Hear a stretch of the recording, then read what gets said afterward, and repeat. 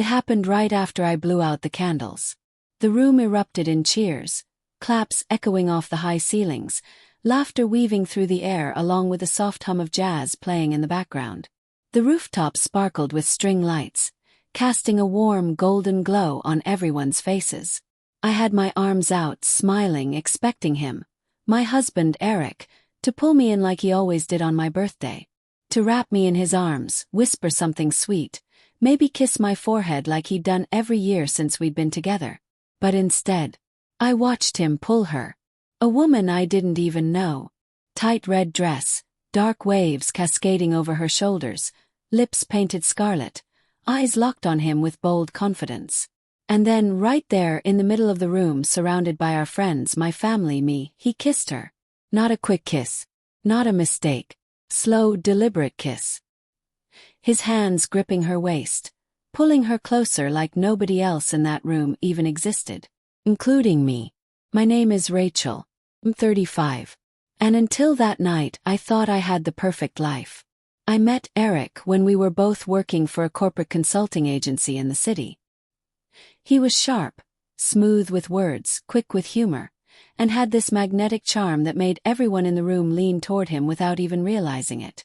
We started as friendly co-workers, bonding over coffee breaks and sarcastic remarks during endless Monday meetings. Soon those laughs turned into lunches. And before I knew it, we were inseparable. Eric eventually left the firm to start his own real estate agency. He worked tirelessly, late nights, early mornings, weekends. But it was paying off. His name started showing up in magazines and business panels. Our finances grew, and with his encouragement, I left my job 2 years ago to focus on my passion: home decor. I started a little blog, something to fill my time and maybe grow into a side business. I thought we were a team, building a future together. My birthday was approaching, and honestly, I wasn't expecting much. Quiet dinner, maybe a few close friends, a cake. But Eric had something else in mind. He insisted on throwing me a lavish party. He rented out a rooftop lounge downtown, complete with a caterer, live music, and an open bar.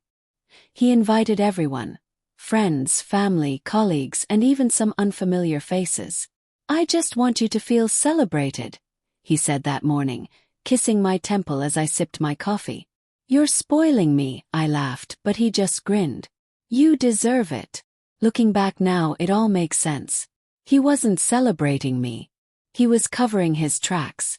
In the weeks leading up to the party, Eric had been different, distant. He was always on his phone, stepping outside to take calls at odd hours, glued to his screen during dinner. When I asked, he brushed it off. "Work's been insane lately," he told me one morning, scrolling through emails. "I hired a new assistant. She's young but sharp. Total go-getter." I half-joked. "Hope she's not too cute." He laughed and waved it off, but there was something in his voice. Too casual. Too dismissive. The night of the party, he was buzzing, almost too excited. He even picked out my dress himself. An elegant emerald green gown I'd been eyeing online but decided was too expensive. As he zipped it up, he leaned in, whispering, "You'll be the star tonight." And for a while I was. People toasted me, saying how lucky I was to have Eric, how radiant I looked. I danced with my cousins, laughed with friends. Everything seemed perfect, until she arrived. She walked in late, every head turning as she passed. Black hair, bold red lipstick, that fitted dress clinging to her like it was sewn onto her skin. She walked straight to Eric, brushing her hand over his chest like they were alone in the room. He lit up the second he saw her. Introduced her to a few people, but not me. I felt my stomach twist. I leaned toward my friend Elise. "Who is that?" Elise glanced over, frowning slightly. "I think she said she's Eric's assistant." I nodded, trying to mask the sudden weight in my chest. I told myself I was overreacting, that I was imagining things. Then the candles came out. The lights dimmed. Everyone sang. I closed my eyes, forcing a smile, wishing desperately for everything to be okay. When I opened them, the applause was deafening. I looked for Eric. He wasn't beside me. He was halfway across the room, staring at her. And then, without hesitation, he pulled her close and kissed her. Not a drunken slip. Not a confused mistake. A bold, passionate kiss. I stood there, frozen, still holding the cake knife. Gasps filled the air. Someone dropped a wine glass. Thick, stunned silence followed. But I didn't cry. Couldn't. I just stood there, frosting still on my lips, watching the man I loved kiss another woman on my birthday. When he finally pulled away, he looked at me. And the worst part, he didn't look guilty. He looked relieved. The party cleared out within 15 minutes.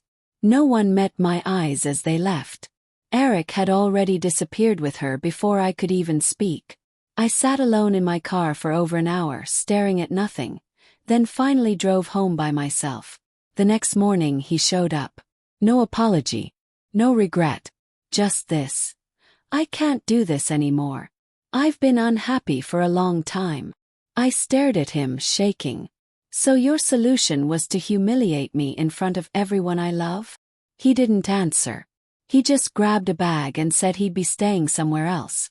Then he left. I spent the next week in numb silence. Then came the anger. And when it hit, it burned. So I did something I never imagined. I told the whole story.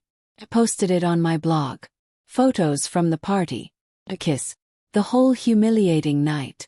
I didn't mention names, but I didn't need to. Everyone in our social circle knew exactly who it was. Friends, neighbors, even some of his clients. Turns out, kissing your assistant at your wife's birthday party isn't great for business. Some of his biggest sponsors pulled their contracts. Few employees quit. His clean-cut image shattered. He called me furious. How dare you? Why would you do this? I calmly replied. You wanted attention. Now you have it. That was 6 months ago. The blog that started as a hobby. It's now my full-time job. That post went viral. I got a book deal out of it.